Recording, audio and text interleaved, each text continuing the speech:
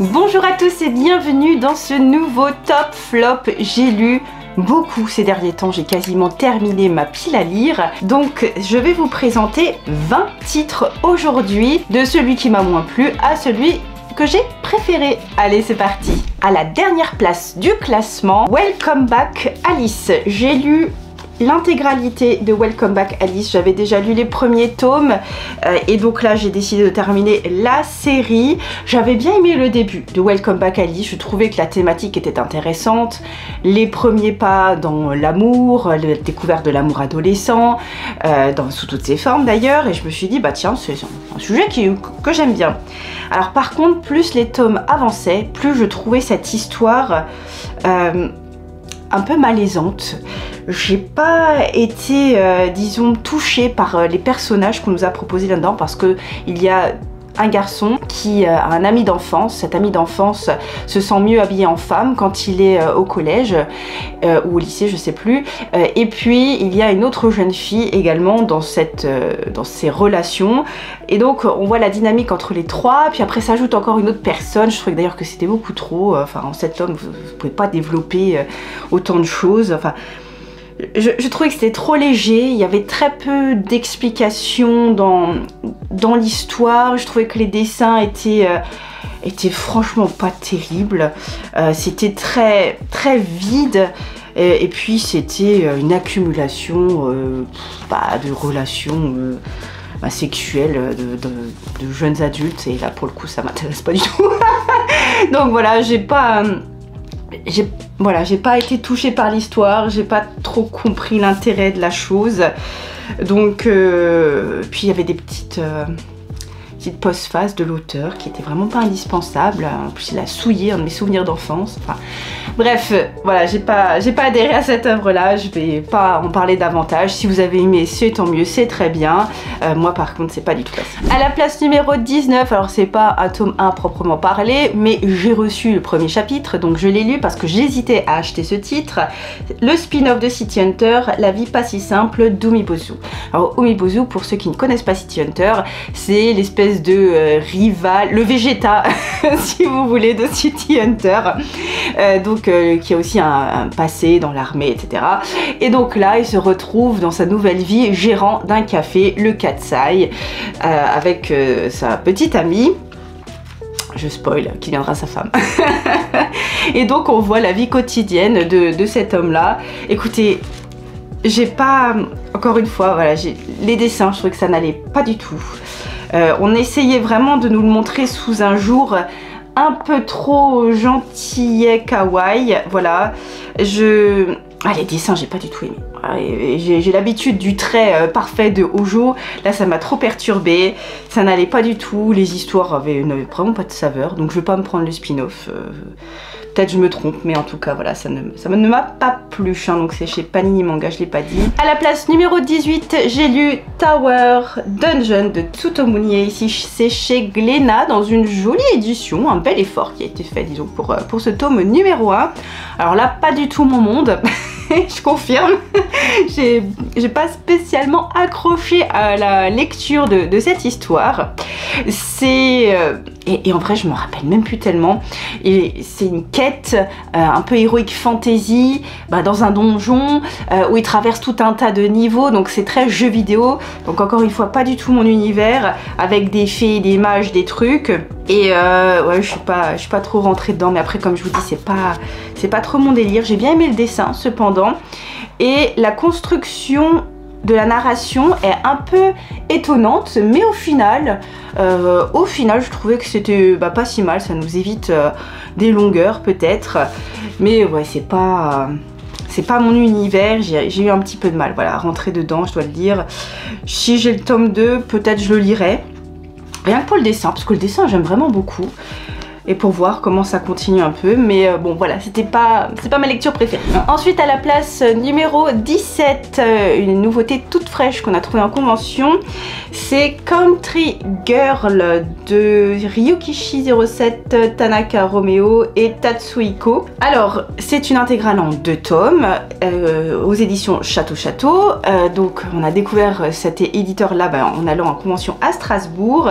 Et donc, plusieurs titres nous intéressaient. Et moi, j'étais particulièrement intéressée par ce titre-là parce que c'est un tranche de vie. Moi, c'est plutôt un genre que j'apprécie. Et donc, bon, la lecture était sympa. Ça nous parle de 4 amis d'enfance, un garçon et 3 filles qui doivent choisir leur lycée et donc la vie va les séparer et donc on voit comment leur relationnel, leur dynamique, leurs échanges va se modifier à cet instant-là, à quel point ce moment clé du passage du collège vers le lycée a pu tout changer pour eux qui étaient tellement soudés. Et je ne vais pas vous en dire davantage parce que voilà, c'est une intégrale en 2 tomes, donc je ne veux pas non plus vous spoiler toute l'histoire. Mais disons qu'il y en a un des 4 qui tombe un peu dans vraiment la grosse déprime. Alors ils sont tous un peu déprimés, mais il leur arrive tous quelque chose, mais un est vraiment très déprimé et donc ils vont tout faire pour lui redonner un peu le moral. Sauf que j'ai trouvé que c'était complètement bancal en fait, la façon dont on essayait de relever son ami là qui était mal au point, parce qu'on allait lui faire revivre un truc qui avait traumatisé l'enfant. Je trouvais que c'était pas du tout cohérent. J'ai trouvé parfois que c'était un peu long, alors pourtant c'est en 2 tomes, mais voilà, je me suis un petit peu ennuyée parfois sur certaines scènes que j'ai pas trouvé extrêmement utiles. On aurait pu aller un peu plus loin justement dans ce relationnel. Parce qu'évidemment, 3 filles, un garçon, bon, on pense bien qu'il y a voilà, des triangles ou pas amoureux, enfin bref, mais j'ai pas... Je trouvais que c'était un peu superficiel, c'est un peu resté en surface. Et d'après ce que nous a dit l'éditeur, l'auteur est plutôt habitué à faire des choses un peu gore, voilà. Donc il essaie d'essayer un nouveau genre, mais là c'est un peu trop gentil. Hein, il aurait pu mettre un petit peu de peps là-dedans. Donc ouais, un peu mitigé sur ce titre, c'est pas complètement nul, pas du tout, ça se laisse lire. Mais bon voilà, il manquait quelque chose, il manquait un peu de saveur, il manquait un peu de peps, je trouve. C'était trop facile, voilà, la fin. Bref, voilà, je suis un petit peu, ouais, je suis un peu mitigée. D'ailleurs, autre point qui m'a un petit peu dérangée, bon, les dessins étaient ok, enfin classique kawaii, hein, comme j'aime bien le dire, hein, voilà, des jeunes filles mignonnes, un petit gars sympa. Pas non plus complètement fou, mais ok, c'est bien.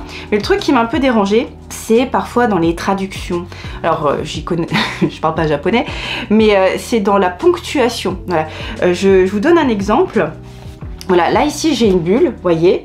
Et en fait, il manque une virgule. Alors, vous allez me dire, c'est pas très grave. Bah, en fait, si, parce que j'ai dû relire plusieurs fois, parce que je me dis, mais je comprends pas cette bulle. S'il refuse qu'il le fasse le plus tôt possible. Vous voyez, et encore, moi, quand je vous le dis avec la virgule. Mais quand vous êtes à fond dans la lecture, bah, quand il manque de la ponctuation, ça ne fait aucun sens. Et je l'ai vu à plusieurs reprises. Et du coup, voilà, moi, ça m'a bloqué, ça m'a sorti de la lecture et j'ai trouvé ça un petit peu dommage. Voilà, donc je voulais quand même le signaler à toute fin utile. Bon, sinon, voilà, ça passe, c'est sympa, mais c'est pas l'histoire de l'année. À la place numéro 16, c'est The Last Kamite, donc de Michael Dambi et Dwayne Huno. Donc c'est aux éditions Dash Cray. Alors, on a trouvé ça complètement par hasard, comme je vous l'ai dit, en convention. C'est une histoire qui est vue comme un shonen, puisque on veut retracer le parcours initiatique de jeunes gens. Et cette fois-ci pas dans l'univers asiatique, japonais dont on a l'habitude, mais dans l'univers des pays d'Afrique. Et donc pour découvrir justement la culture très riche de ces différents pays-là. Donc c'était un petit peu c'était carrément ce que nous a expliqué le représentant du stand. Il nous dit bah autant le manga a pu démocratiser et populariser la culture japonaise, eh bien on aimerait faire la même chose voilà, avec le continent africain dans ce manga. Donc je trouvais que l'idée était belle. En plus version shonen, voilà, pour qu'on ait un peu de peps, pour qu'on ait une progression des personnages. Alors, j'ai trouvé qu'il y avait plein d'idées super intéressantes. C'était très dynamique, c'était vraiment, il y avait plein d'actions. Alors c'est tout en couleur. Bon, c'était un peu cher aussi. C'était un peu cher parce que c'est 20 € le tome et vous voyez, c'est pas très gros. Mais bon, après, voilà, si ça vaut le coup, bon, très bien. En plus, c'est tout en couleur quand même. Alors, plein d'idées, des personnages ultra stylés. Vraiment, on a le graphisme, je l'ai trouvé très bien. C'est un côté webtoon, hein, mais certains personnages, vraiment, je trouvais qu'ils étaient très impressionnants, comme le dieu par exemple, je trouvais très bien. Mais en fait, cette qualité de plein de bonnes idées, ça s'est retourné un peu, je trouve, contre l'histoire, puisque finalement ça part dans tous les sens. En fait, ils ont voulu intégrer tellement de références de leur jeunesse, tellement de choses qu'ils aimaient, que du coup, ça se transforme en je ne sais plus ce que je suis en train de lire. C'est-à-dire que là, je vous ai dit que le pitch de base, c'est un shonen pour découvrir la culture africaine, et puis on se retrouve avec des gars de comics, avec Superman, avec... voilà, on se dit, mais what? Qu'est-ce qui est en train de se passer, quoi? Où suis-je? D'où est-ce qu'il y a une espèce de Hulk et une sorte de Superman qui sortent. Je me dis là, ça part vraiment dans tous les sens. Je comprends bien qu'on veut donner les références de quand on était jeune. À un moment aussi, vous avez des combats un peu à la Street Fighter et tout. Mais là, c'était trop. C'était trop. D'ailleurs, du tome 1 au tome 2, vous n'avez plus l'impression de lire la même histoire. Vous vous dites, mais qu'est-ce qui est en train de se passer? Donc, énormément de bonnes idées, un bon dessin. Ça manquait d'unité. Ça manquait d'unité, ça manquait de cohérence. Mais... j'ai pas passé un mauvais moment de lecture, j'ai même passé un bon moment de lecture, donc c'était quand même sympa. À la place numéro 15, j'ai mis Funeral Concerto, c'est de Rimui Yumin et c'est aux éditions Nazca. Alors pareil, on l'a pris en convention celui-ci. C'est l'histoire d'une jeune femme qui a une passion pour la musique, mais visiblement ses parents ne voient pas cette passion d'un très bon œil et elle décide de partir et pour vivre, il faut bien qu'elle se trouve un travail. Et elle trouve un travail dans un, j'allais dire un magasin, mais dans des pompes funèbres, et donc elle va découvrir le métier et on découvre avec elle ce métier là. Alors c'était bien raconté, les dessins étaient pas mal, ils m'ont pas transcendé, je vous avoue. Je trouvais que c'était un peu simpliste, un peu grossier. Les histoires étaient touchante, puisque forcément quand vous travaillez dans les pompes funèbres, c'est pas des moments très heureux, hein, puisqu'on dit au revoir à des gens qu'on aime, parfois âgés, parfois plus jeunes. Donc ça se voulait touchant, mais comme on voyait très bien où ça voulait en venir, on savait très bien ce qui allait se passer, ça enlevait de l'émotion dans la lecture, puisqu'on savait que ça allait mal finir forcément. Et puis la jeune femme, j'ai eu du mal à apprécier sa personnalité. J'aimais bien la dynamique dans la relation avec son chef, mais voilà, je trouvais que c'était encore une fois assez superficiel, ça se voulait un peu cru, un peu descriptif de temps en temps, et puis après ça se voulait extrêmement émotionnel. Je trouvais qu'il manquait un entre-deux, voilà, dans cette histoire. Donc j'ai pas... c'était bien la lecture, voilà, je l'ai lu d'une traite, hein, je me suis pas arrêtée, mais peut-être que j'en attendais un petit peu plus de cette histoire. Surtout que la jaquette, moi je me suis dit, oh, la jaquette, oh, elle est super jolie, regarde-moi ça, les détails et tout. Et puis voilà, vous ouvrez le bouquin, et puis c'est assez vide, c'est assez... voilà, ça manque un peu de détails. Voilà, j'étais mitigée sur ce titre-là, qui n'est pas mauvais, mais qui m'a pas retourné, quoi. À la place numéro 14, Rash de Tsukasa Ojo, que j'ai trouvé d'occasion chez Easycash d'ailleurs. Je voulais me le prendre en neuf, et puis finalement, j'avais... je me dis, oh, j'attends un petit peu, c'est pas non plus extrêmement urgent. Alors Rash, c'est...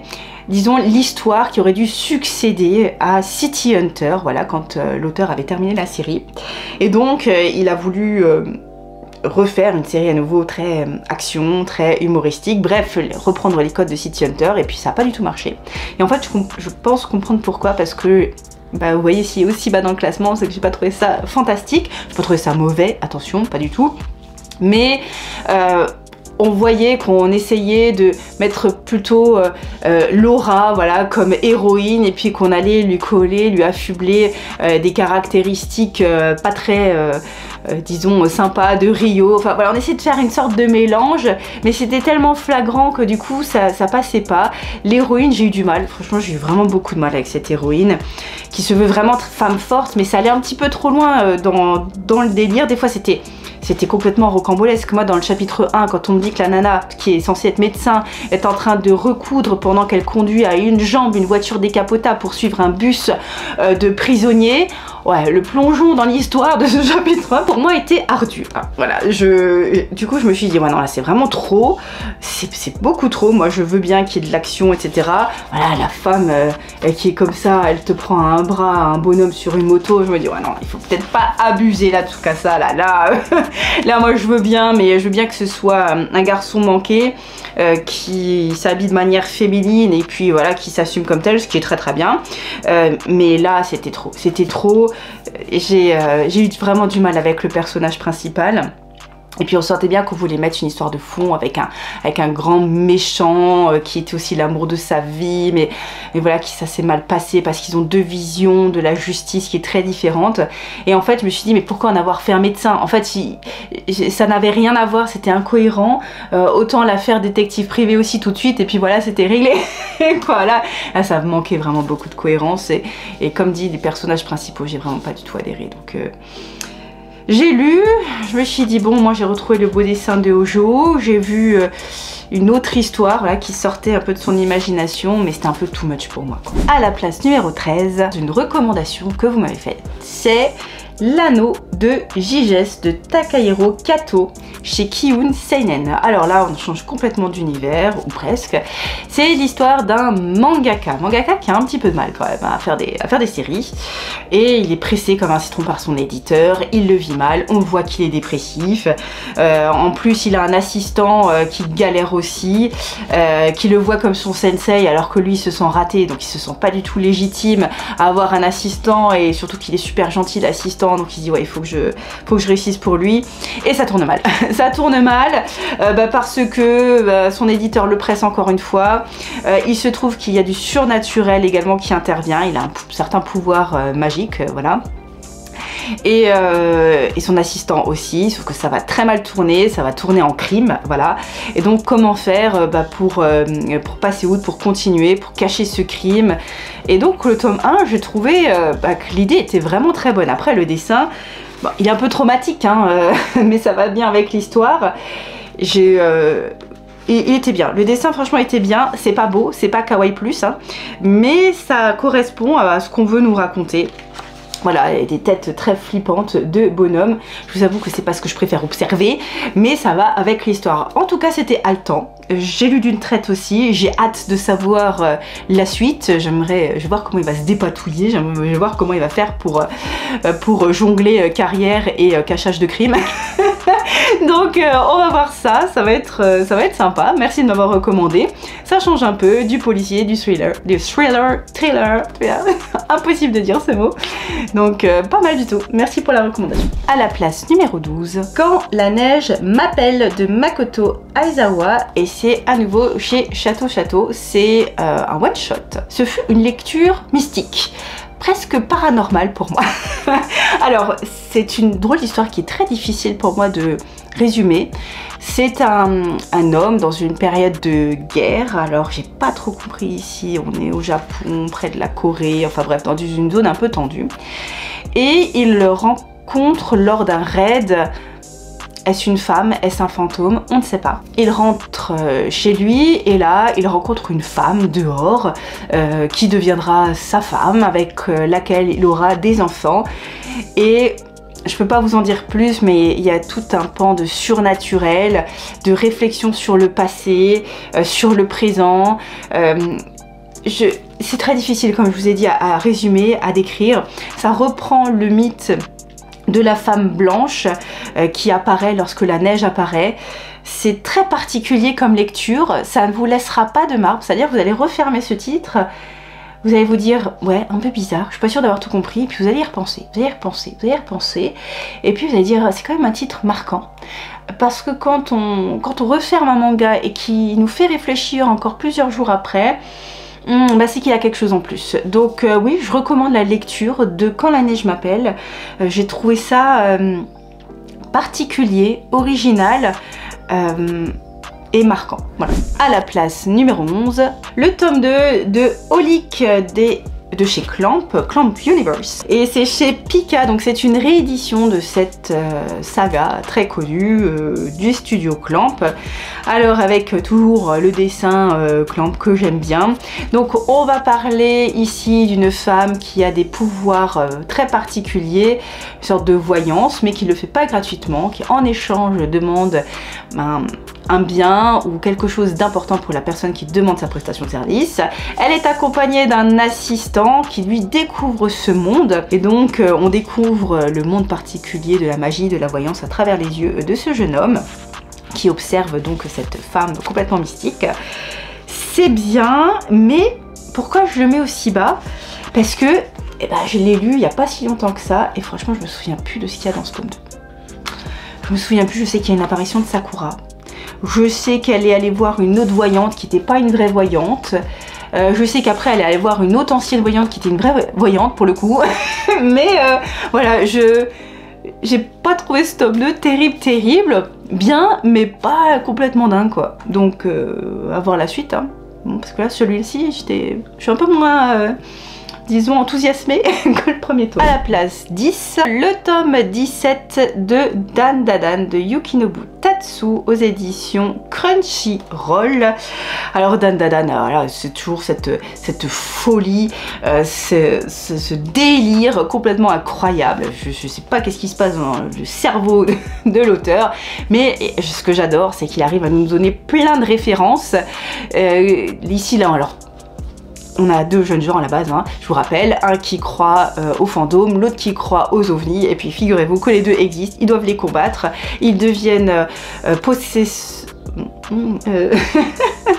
aptes à utiliser des pouvoirs magiques, et voilà, vous avez un manga mais bourré d'action qui va à 100 000 à l'heure. Alors là maintenant ils sont dans une sorte de jeu de plateau, ils sont devenus miniatures et ils doivent remplir des quêtes, enfin une sorte de Jumanji avec des donuts, enfin voilà, rien qu'en vous disant ça vous avez compris le délire. Et vous avez toujours ces scènes drôles. Bref, j'ai passé un super bon moment à la lecture de ce tome-là, des personnages toujours aussi stylés et non, vraiment très bien, les références elles sont vraiment top. Donc encore une fois là on fait référence à des jeux de rôle, vous savez avec les mages, les trucs là, comment ça s'appelle? Je sais plus, ils expliquent tout hein, mais bon c'est vrai que c'est pas mon univers donc voilà, c'est pas la partie que j'ai préférée. En tout cas ça se lit très bien, ça se lit trop vite parce que vous êtes à fond dans l'action et c'est toujours aussi bien d'Anna. À la place 9, Mon père est la reine des Vétubeuses de Wataru Akashingo et c'est une intégrale en 3 tomes aux éditions Nazca. Écoutez, moi je savais pas ce que c'était le VTubing, je suis pas du tout familière. Alors en fait ce sont des idoles en intelligence artificielle qui sont commandées disons par des humains et il se trouve que là c'est un père de famille qui a réussi à faire un avatar ultra connu sur la toile, adulé, adoré et donc il fait des poses super kawaii etc. Et un jour il se fait choper par son fils et donc là son fils doit garder le secret et d'ailleurs il apprend que sa mère aussi commence le VTubing sauf que sa mère elle n'y arrive pas du tout parce que sa mère elle est pas assez féminine, sa mère a des comportements assez violents donc qui correspondent pas du tout à l'idée qu'on se fait d'une idole kawaii et donc c'est très marrant parce que le fils essaye d'aider la mère parce que sa mère a un objectif d'avoir un certain nombre d'abonnés, elle n'arrêtera pas avant, en plus elle déteste l'idole qui est faite par le père, alors ça donne des scènes vraiment extrêmement marrantes et en plus de ça vous avez encore des amis d'enfance qui aussi s'intéressent à ce monde des VTubeurs et alors écoutez le tome 2 mais j'étais morte de rire. Alors si vous avez compris que c'est que de la comédie, c'est complètement loufoque, mais le tome 2, vous avez une de ces scènes avec un type qui fait du VTube tout nu chez lui. Écoutez, j'étais... pourtant je suis pas de cet humour là, parce que c'est de l'humour quand même japonais, voilà, c'est pas de l'humour intellectuel hein, si ça existe d'ailleurs j'en sais rien, mais en tout cas j'étais mort de rire parce que il a eu un réflexe et je pense qu'on aurait pu avoir ce réflexe n'importe qui et c'était très drôle, on avait envie de savoir comment est-ce qu'il allait s'en sortir. Écoutez j'ai rigolé mais je pense pendant moins 10 minutes comme ça, j'ai posé le bouquin et j'ai rigolé toute seule là dans cette pièce parce que j'ai lu ici et vraiment j'ai trouvé ça vraiment très drôle. C'est pas trop long parce que plus je pense que ça aurait été trop. Donc vraiment j'ai beaucoup ri en lisant ce titre que je vous recommande si vous avez envie de passer un bon moment de comédie. À la place 8, c'était très dur de faire ce classement, je vous avoue, parce qu'il y avait vraiment des trucs très bons, surtout à partir de maintenant. Bakuman de Tsugumi Ohba bien sûr, et Takeshi Obata, c'est chez Kana. Ça nous parle de deux jeunes gens qui... Ouais, je me suis toujours pas occupée des étiquettes qui collent, hein. J'ai trouvé ça d'occasion. Donc de deux jeunes gens qui veulent devenir mangaka, donc un s'occupe du scénario, l'autre s'occupe du dessin, et ils veulent absolument avoir une série le plus rapidement possible, parce qu'ils se sont fait une promesse. Vous avez un peu des histoires de cœur derrière, un peu de romance, voilà. Et c'est une très bonne série. Alors, le monde du manga, évidemment, j'apprécie, mais là, vous en avez des détails. Hein. C'est-à-dire que pour lire un tome, franchement, il faut une bonne heure et demie. Hein. C'est extrêmement long à lire. C'est très détaillé, donc on apprend plein de choses, ça c'est très bien. Les dessins sont top, vraiment à la pointe. Le dessin de Bakuman, moi j'adore. Les personnages sont vraiment super. J'aime particulièrement l'espèce de rival génie du manga. Je trouve qu'il est extrêmement bien fait. Un peu un côté elle, voilà, si vous avez déjà lu Death Note des mêmes auteurs. Donc on apprend beaucoup sur le monde du manga, de l'animé aussi, mais peut-être un peu trop. C'est un peu trop descriptif à mon goût, c'est un peu trop détaillé, et surtout que parfois le chapitre d'après, on vous rappelle ce qui a été dit le chapitre d'avant avec autant de détails, et je me dis ouais, c'est vraiment pas nécessaire. Donc ça rajoute en longueur à la série, et c'est ce qui me dérange un petit peu dans Bakuman, c'est ces longueurs qui sont parfois un peu inutiles, hein, voilà. Mais c'est bien, j'accroche beaucoup au manga, je vais lire l'intégralité parce que c'est prenant. En plus, il y a tout un tas de personnages secondaires qui donnent vraiment du peps, mais c'est vrai que c'est un peu trop descriptif. Bon. Mais c'est très bien quand même, hein. Voilà, donc je vous le recommande, hein. Bien sûr je vous le recommande. À la place numéro 7, Ace of Diamond de Yuji Terajima, c'est aux éditions... Mangetsu. Mangetsu, et donc c'est un manga de sport qui va nous parler de baseball. Et j'aime beaucoup cette série. On suit ce jeune garçon qui aime le baseball, qui a un peu de talent, mais qui doit quand même beaucoup travailler, parce que il a une peau spéciale qui marche bien, mais bon, tout le reste ça foire, donc il faut qu'il travaille beaucoup. Et donc on voit la dynamique de l'équipe, comment ils s'entraident, comment ils s'entraînent, comment ils veulent devenir meilleurs, les déceptions, parce que quand on forme une équipe, forcément certains restent sur le carreau. Donc on voit leur rage de vaincre, les premiers rivaux importants, les premiers matchs d'envergure, un dessin qui est vraiment très très bien. C'est un manga de sport que j'adore.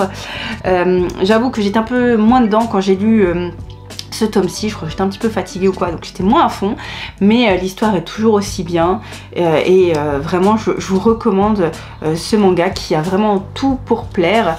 Et pourtant c'est un sport qui ne m'intéresse pas du tout, mais là j'arrive à être prise dans la série, c'est vraiment très très bien. Ace of Diamond.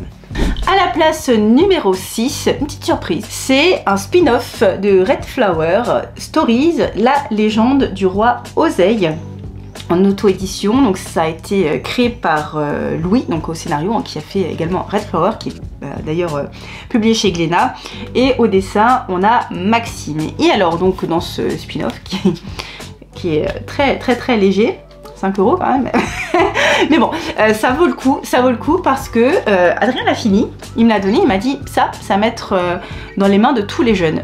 Je lui dis ah ouais, pourquoi? Il me dit bah tu verras, je vais pas te raconter parce que sinon ça sert à rien que tu lises. Et je ne peux qu'approuver cette réflexion d'Adrien, puisque ici on nous parle du roi Oseille, de comment il est devenu très fort, et des conséquences, disons, de la paresse, de l'envie de rien faire, de couler des jours en pensant que les lendemains seront toujours aussi heureux, et de ne pas se préparer aux choses atroces que la vie peut mettre devant vous. Donc vraiment très bien, je suis entièrement d'accord. Ça c'est acheté pour tous les élèves dès le collège. Voilà, on leur met ça entre les mains, vous allez voir, ça, je pense que ça peut avoir un impact. Très bien dessiné d'ailleurs, dessin de Maxime du coup, qui est très très bien. J'ai adoré, bon, c'était très court, hein, mais c'était intense, et c'était suffisant finalement, il n'y avait pas besoin d'en dire plus. C'est Vespacem Parabellum. parle pas latin, mais d'ailleurs personne ne parle latin. Mais c'est un peu le résumé de cette histoire. À la place numéro 5, une grosse découverte, là aussi qu'on a pris en convention. Horizon des éditions Nazca, intégrale en 3 tomes. Alors ça c'était vraiment une expérience de lecture, hein. Ça fait un peu penser au livre Sur la route de Kerouac. Non, pardon, de Cormac McCarthy. Et d'ailleurs, je crois qu'il le dit à un moment donné qu'il s'en est inspiré. Bref, on est dans un monde de guerre où 2 enfants tentent de survivre. Ils doivent avancer, ils savent pas pourquoi, mais ils veulent continuer. Et évidemment, quand on est 2 enfants à marcher, on a devant soi plusieurs ennemis peut-être, en tout cas situations à affronter qui sont pas très drôles. Et donc ces 2 enfants-là sont confrontés à ce monde abominable que leur ont légué les adultes.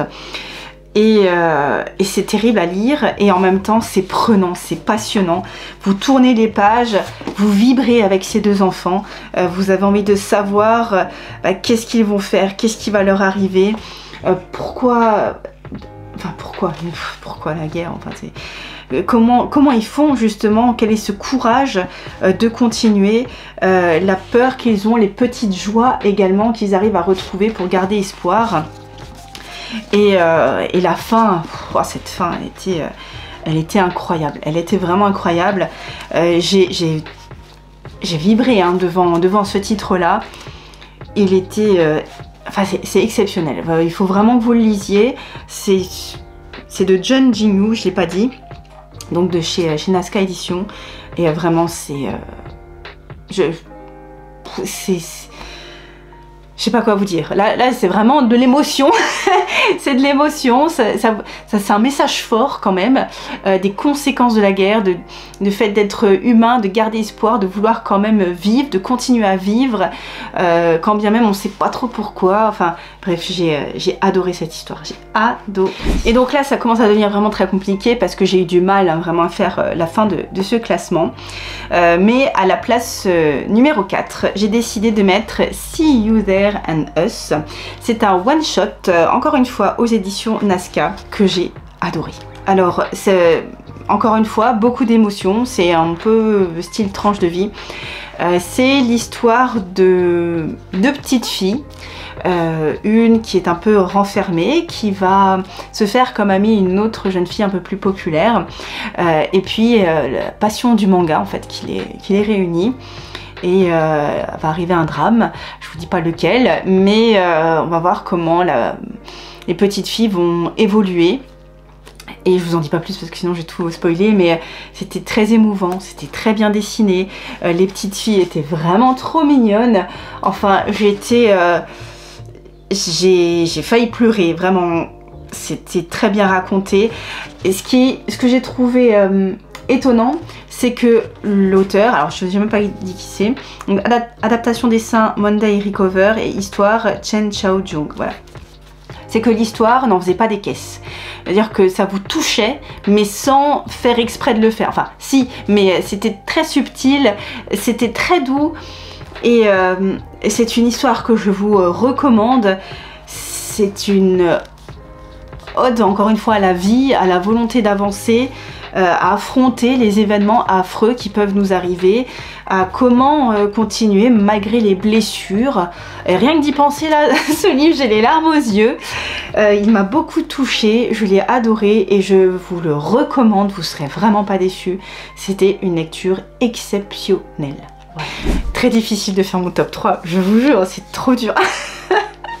Allez, à la 3e place, je vais mettre celui-là. Elena and Mr. Wolf de Bliss, c'est aux éditions Mao. Encore un titre retrouvé en convention. Enfin, trouvé en convention, j'ai adoré ce titre. Ça nous parle d'une petite fille en Angleterre dans les années 50, 60 je dirais, qui va perdre ses parents. Elle reste avec son petit frère, elle va dans un orphelinat et puis Elle a toujours aimé dessiner et c'est encore une fois le dessin qui la sauve, l'illustration de manière générale.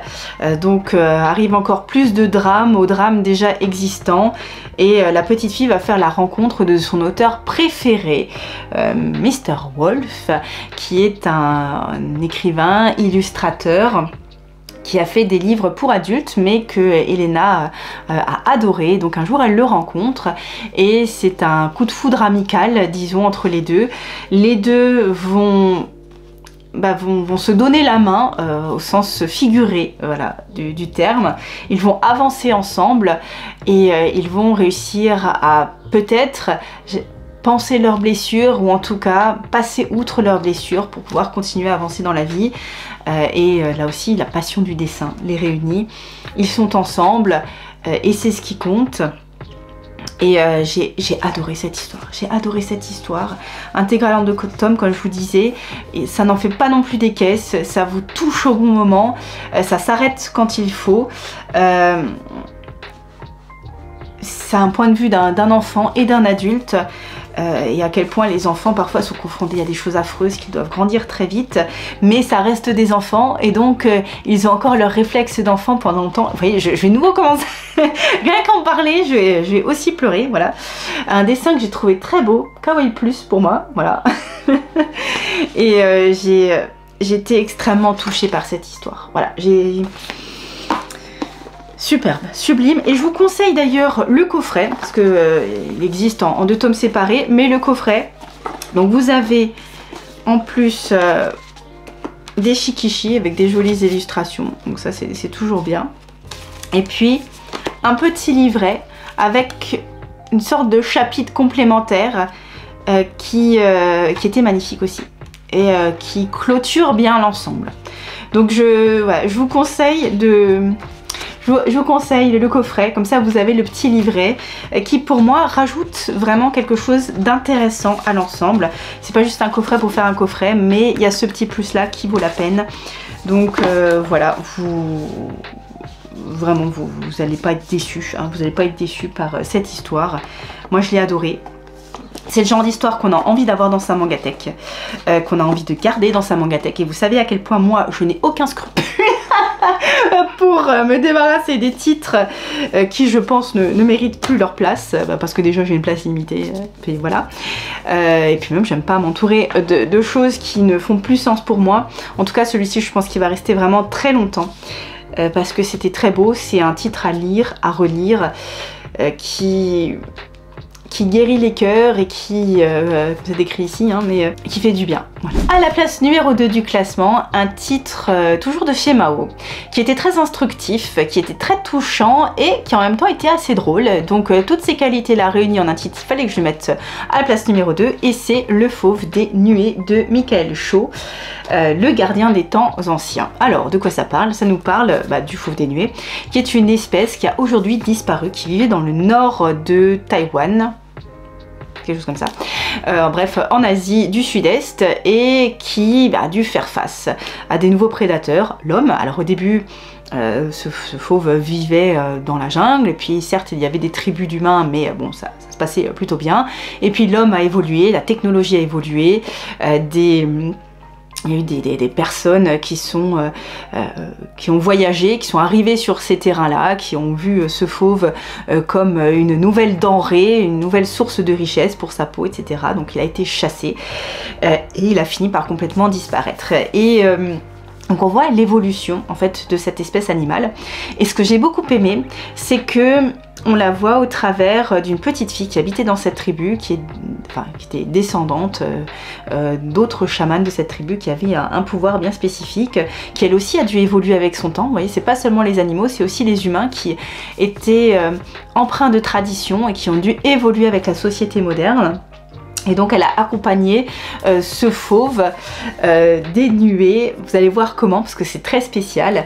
Et j'ai adoré comment on m'a raconté cette histoire. C'est-à-dire que Oui, bien sûr, ça nous sensibilise à l'environnement, ça nous sensibilise à la protection de la faune et de la flore, mais ce n'est pas culpabilisant. Et d'ailleurs, il y a, je trouve, de l'humour dans la façon de se comporter de la panthère. Alors oui, c'est très bizarre ce que je suis en train de vous dire, mais c'est vrai. C'est vrai, parfois la panthère a des réactions un peu humoristiques qui allègent l'ensemble, qui nous font nous dire, bah, finalement c'est le destin, ça s'est passé comme ça, donc voilà, maintenant c'est trop tard, donc il faut avancer, il faut continuer. La fin était extrêmement touchante, là aussi, hein, j'avais envie de pleurer, mon Dieu. Et je trouve que c'était très instructif, c'est pour ça que je mets à la 2e place, parce que vous apprenez des choses, c'est léger, en même temps ça nous parle de sujets importants, c'est extrêmement bien dessiné. Moi j'ai adoré vraiment le trait de l'auteur. La petite panthère, enfin les petites panthères, parce qu'il y en a plusieurs, hein, il y a les descendants, hein, des différentes panthères sont toujours aussi très très bien réalisées. Et bref, c'est gros coup de cœur pour ce titre, Le Fauve des Nuées. Voilà, je vous le conseille bien sûr. Mais alors ce tome 1, alors vous m'aviez prévenu. Attention Céline, attention, ça commence pas vraiment maintenant l'histoire, je pense pas que tu vas aimer, c'est pas du tout ton univers, laisse-lui le temps de s'installer, parce que tu vas voir après c'est beaucoup mieux, c'était que le début. Mais alors si ça c'est que le début, mais qu'est-ce que ça va être? Mais ça, c'est mon numéro 1, mais je n'ai même pas eu d'hésitation. Mais qu'est-ce que c'est que ce titre? Pourquoi vous m'avez pas dit avant? Là vous êtes en train de me jeter des tomates hein, sur votre écran, parce que je sais que vous me l'aviez dit avant. Mais ça, mais quelle claque monumentale je me suis pris en disant ça. Et c'est que le début, c'est que le tome 1. Enfin, ça c'est l'édition spéciale de Berserk, vous avez bien compris.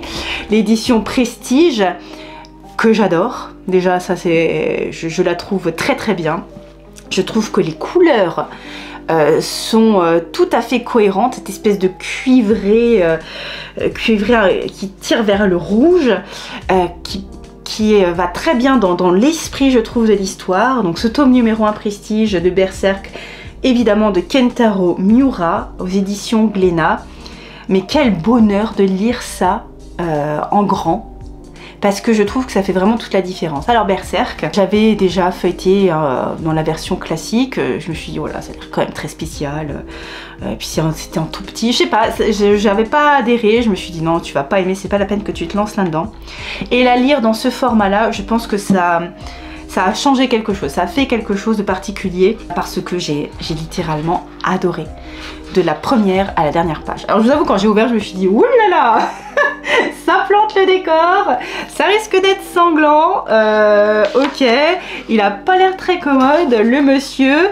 En plus, je vous montre pas les premières pages du chapitre, parce que bon, caractère sexuel, et puis ça dérive en un monstre qui est pas très ragoûtant. Voilà, je me suis dit oh là là, dans quoi je me suis embarquée dans la lecture. Et en fait,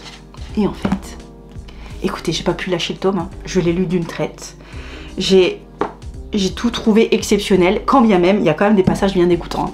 Alors ça nous parle de Guts, qui est un homme guerrier qui a une quête. On comprend déjà à peu près laquelle, on comprend qu'il a un passé extrêmement douloureux, qu'il cherche à se venger, qu'il fait comme si il n'avait que peu d'intérêt pour ce qui se passait autour de lui, pour les victimes, etc.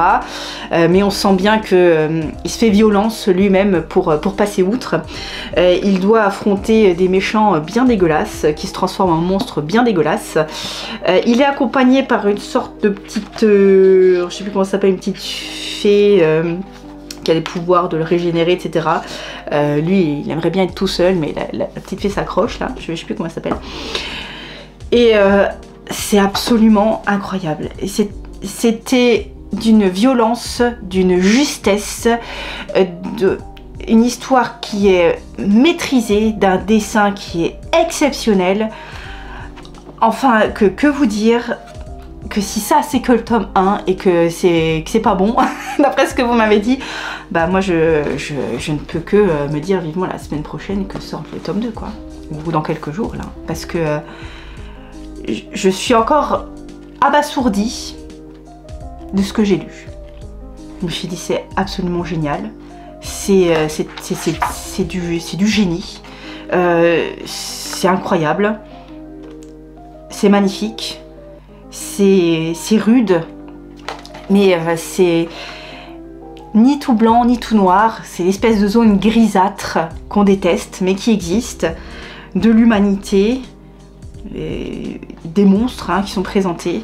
Je cherche là parce que j'avais une image que j'ai adorée. Je pensais que j'avais mis un...